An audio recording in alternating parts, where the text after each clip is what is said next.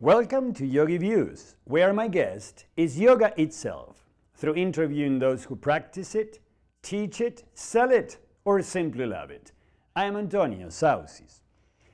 The purpose of yoga is to expand consciousness, so we can understand our position in the larger scale of existence. By asking us to visit the opposite extremes, for example through posture and counter posture, it recalibrates our actual position regarding the facts of life. It leads us from the personal to the universal and back to the personal.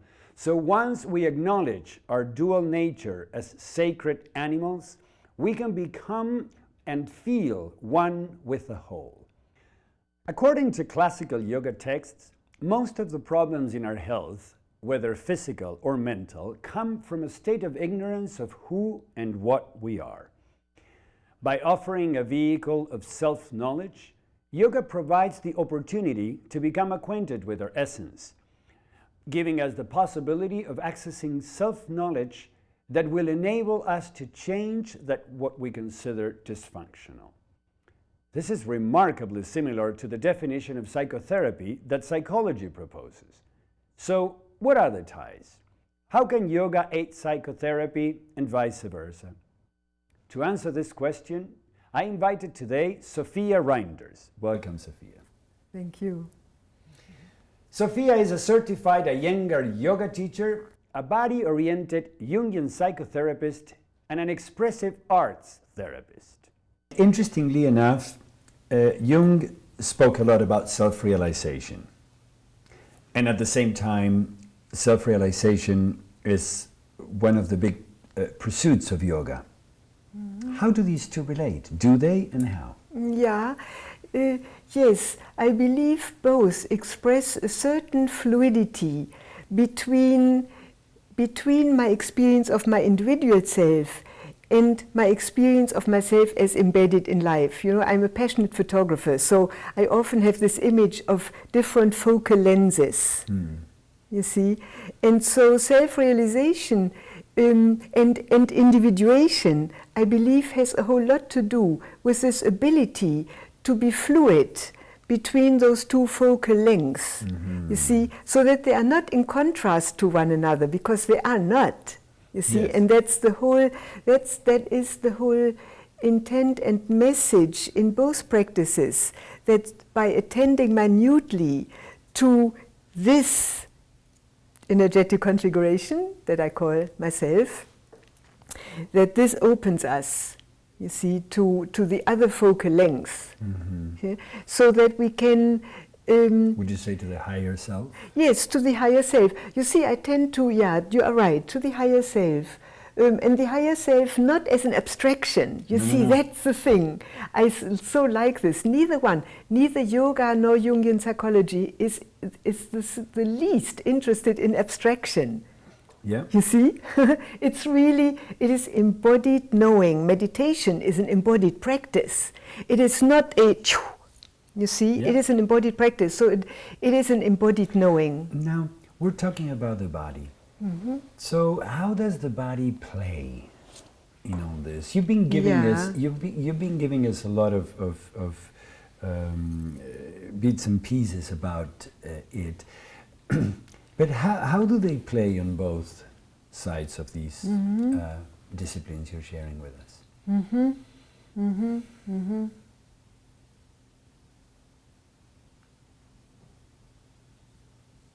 You know, there's something in the back of my mind that I believe I need to just kind of toss out so that I can be more present to this nuance.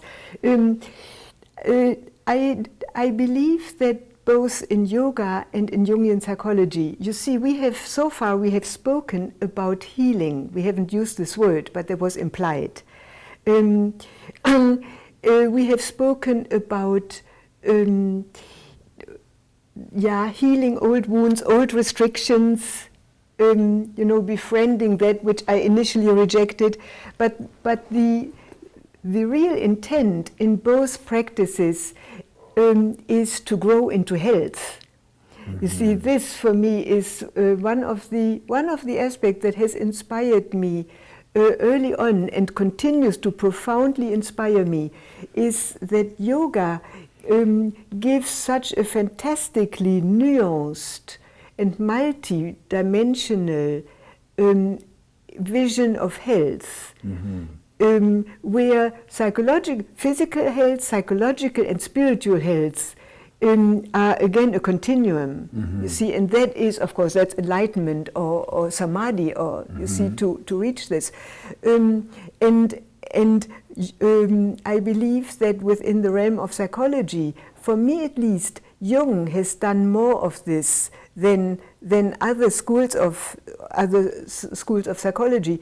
I find that as a society and as a psychologized society, we have so many categories of pathology. In fact, I'm really, really uncomfortable, you see. But we have a totally undifferentiated and unarticulated image of health. Yes, it's just health. It's health. You see, and so I believe that Jung had certainly a much more multi-layered vision. You see, so that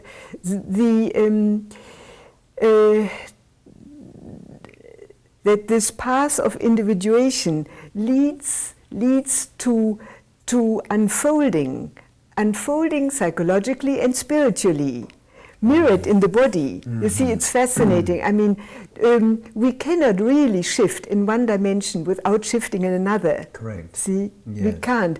I mean, I could give so many examples of having of the integration itself. Of course, the fact that you can't operate on one only is because we are integrated. Yes. I usually like to give this example, which is, you know, a dimmer. For a lamp, you cannot increase the light without decreasing darkness. You can't do only one or take both to the extreme. It's very interesting. Yes. Sophia, you have mentioned embodied and the body a lot, but give us a little bit more about how the body is used with the purpose, perhaps, of health in these two approaches. Yes, with the purpose of unfolding. You see. Pardon. So in yoga, we have already seen that as the body becomes more articulate, the attention becomes refined. As the attention becomes refined, my ability to sense and see the emotions and thoughts as they come by letting them come to awareness. Again, all through embodied practice. You see, the entire this arc of energy becomes integrated. You see, one aspect I have not really named it as such, but the body itself, of course, does not only store our wounded experiences through restrictions and holding patterns, you see. But of course the body itself is infused with intelligence. You see, our body itself is sensorial wisdom. And again, that is so beautifully clear in the realm of yoga psychology and yoga philosophy, right? Because consciousness infuses every cell of the body as it infuses every cell of the mind and the emotions. You see, and so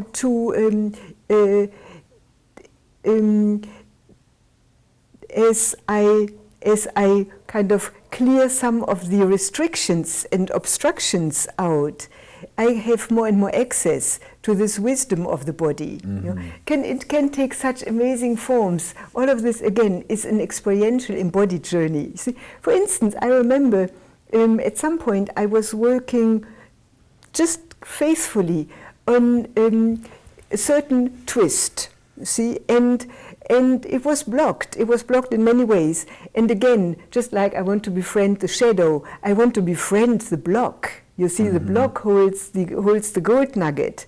You see, if I try to willfully blaze through it, I really lose the opportunity, you see.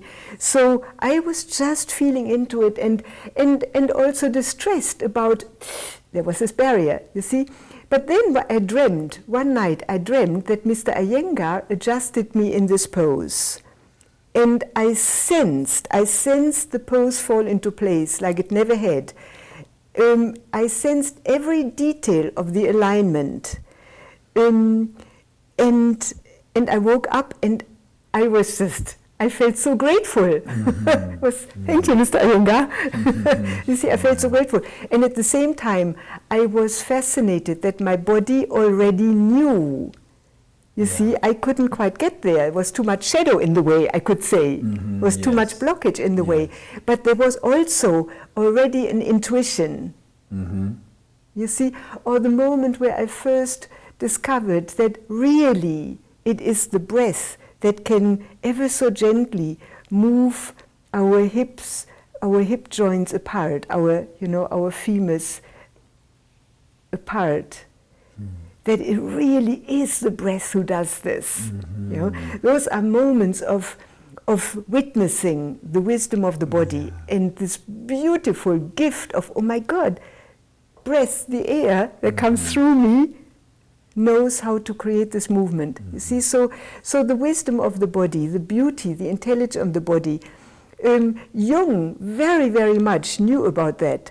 Jung says that our embodied soul has all the creativity to foster healing and to foster development, and the process of individuation, the process of coming much more fully home into our being and being on this earth. You see, so for instance, just by knowing what a powerful instrument the body is in the unfolding of soul and spirit. It is very easy in psychotherapy to invite the body to tell its stories. You see, this can be done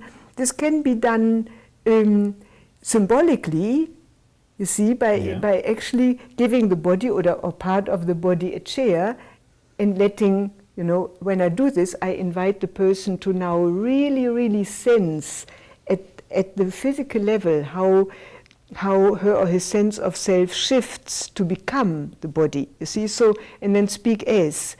And so the body has amazing surprises in store to tell, you see.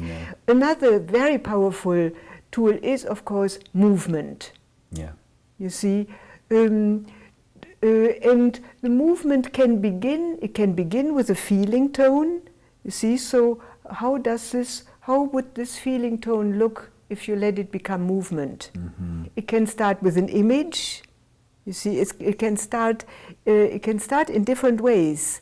It can start with an intuition, a hunch, you see, and then again the intelligence of the body, the embodied intelligence of one's personhood tells a story, discloses experiences and meaning that the conscious mind did not know about and is informed by. Or didn't want to know about. Or did not want to know about, you see. Now, you're talking images, movement. How does expressive arts come to the mix? Well, you see, expressive arts, I have very often, and I continue to use expressive arts when I work with individual students, which is now my primary modality of working with yoga, and I use it, of course, in psychotherapy.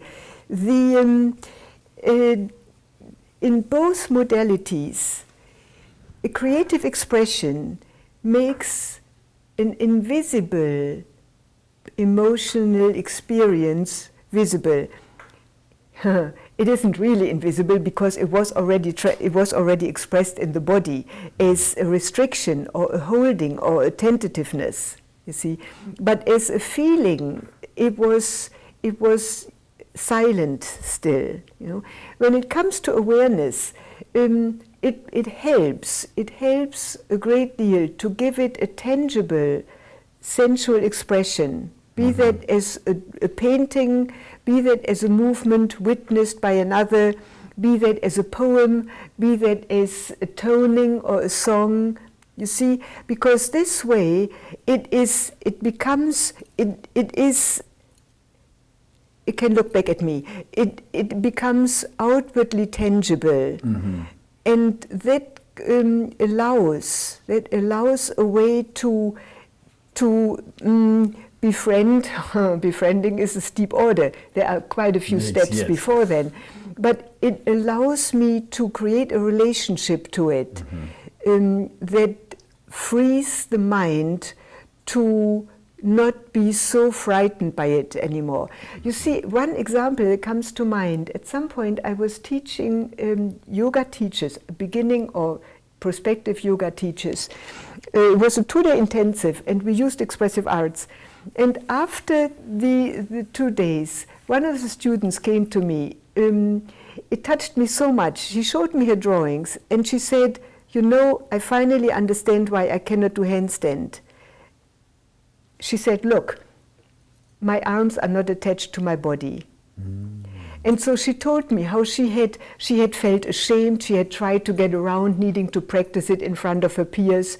She had found excuses. She had felt excruciating shame. She had felt anger at herself because she couldn't do it. And it was part of the program, you see. And so all this suffering, all this pain inside, you see, had gotten stuck. Yeah. And as we had explored, you know, at the level of sensory awareness and at the level of imaginal awareness and giving this expression, symbolic expression, she saw it. Yes, exactly. She saw it. You see, and then, that's right. Yeah. And that in itself was so freeing to her.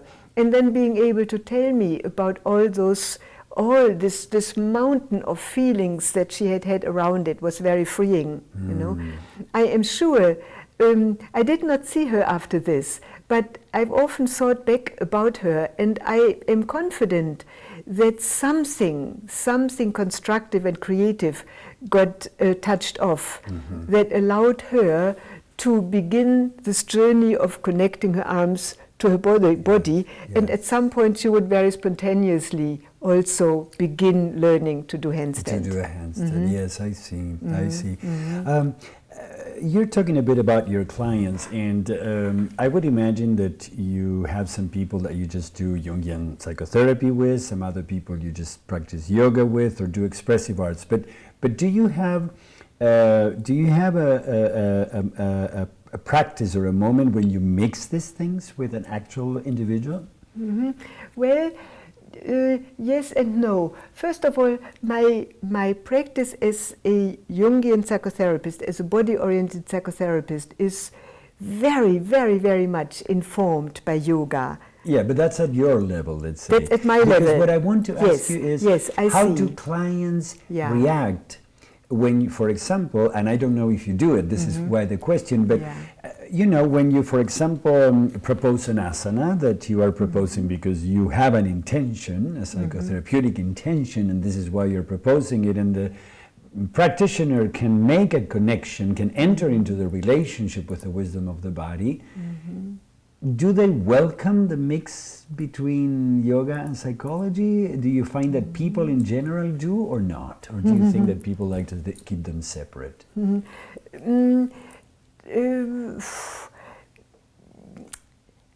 Yes and. You see, in my psychotherapy practice, I bring the knowledge of the body gained in yoga into the room in the way I encourage people to express in and through their body and explore the experience through their body. You see, there I use the body as an instrument of expression. So there the body is an instrument of expressive arts, you see. Now, I'm always open to a person saying, look, let me show you a posture that I am, so stumped by, or that evokes such and such in me. And she might want to show you, or he might want to show me, you see. But I personally do not bring asanas, but we often, for patients who do yoga, we often kind of draw a quick parallel. You see, so because we both speak the same language. I see. You see? However, there is no need for this. Yes. Another modality in which I work is one-on-one yoga therapy. And you see, this I do in my home studio with yoga mat and yoga props. So there, the attention is... Yoga therapy for psychological issues, or yoga therapy in general, as for arthritis? Or in general, You see, for instance, something that just comes to mind. Many years ago, a woman contacted me and wanted one-on-one yoga therapy. And she came and she mentioned that she had a medical diagnosis, and all I got in that moment was, it was a very long word.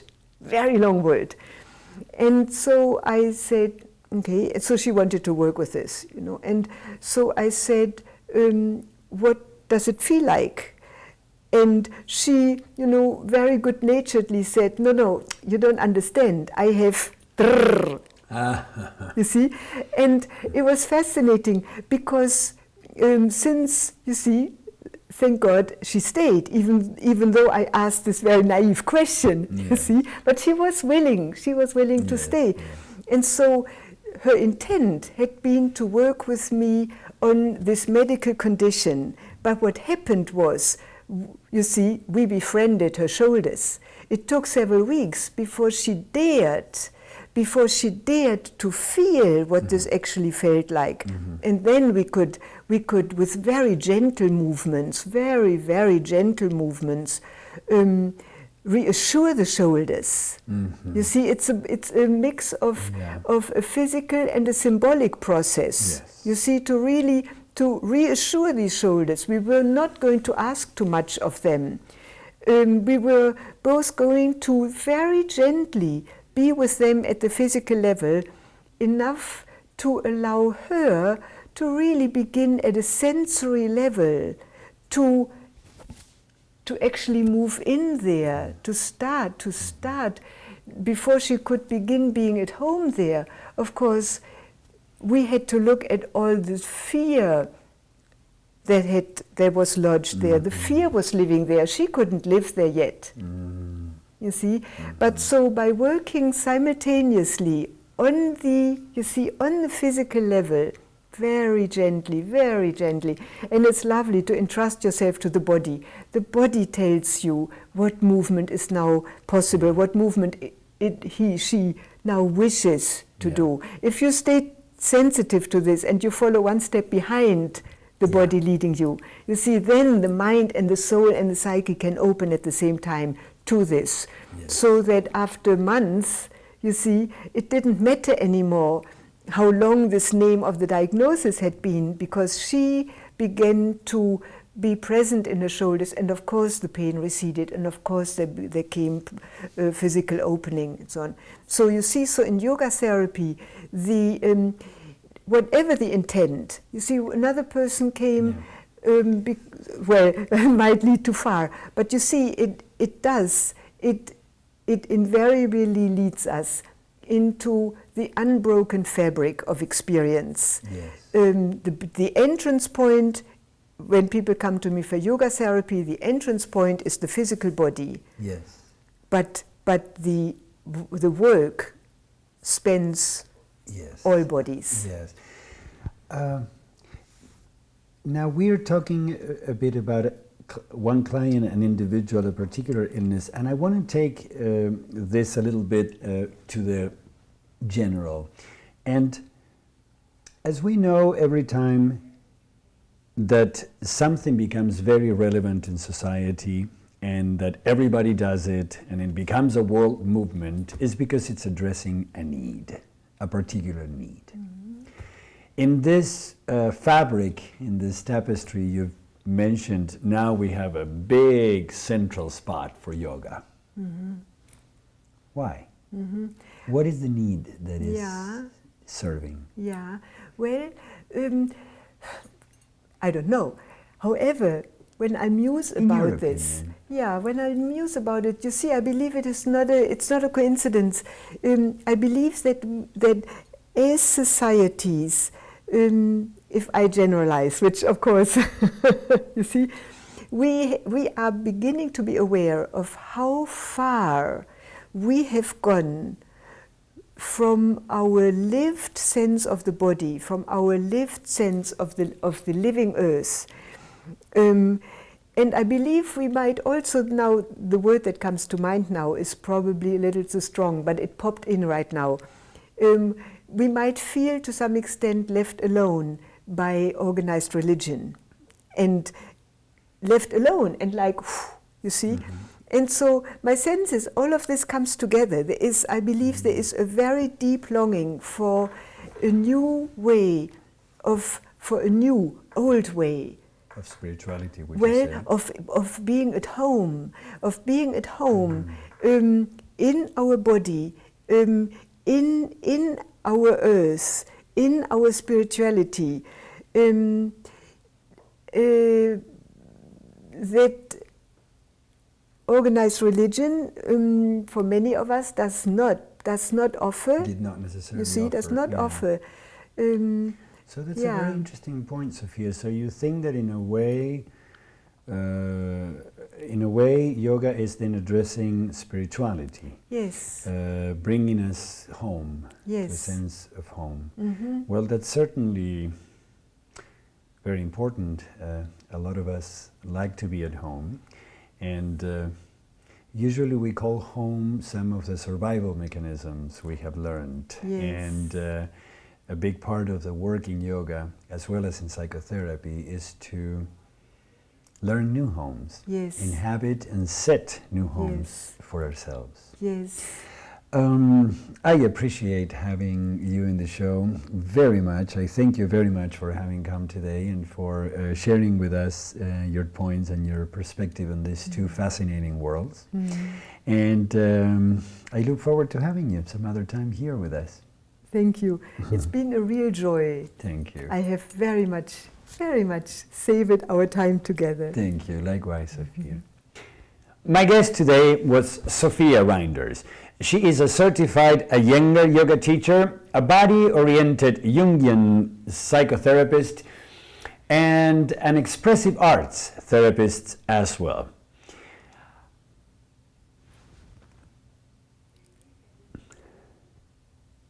I hope you liked our show today. And if you care to let me know, shoot me an email at antonio@yogiviews.com.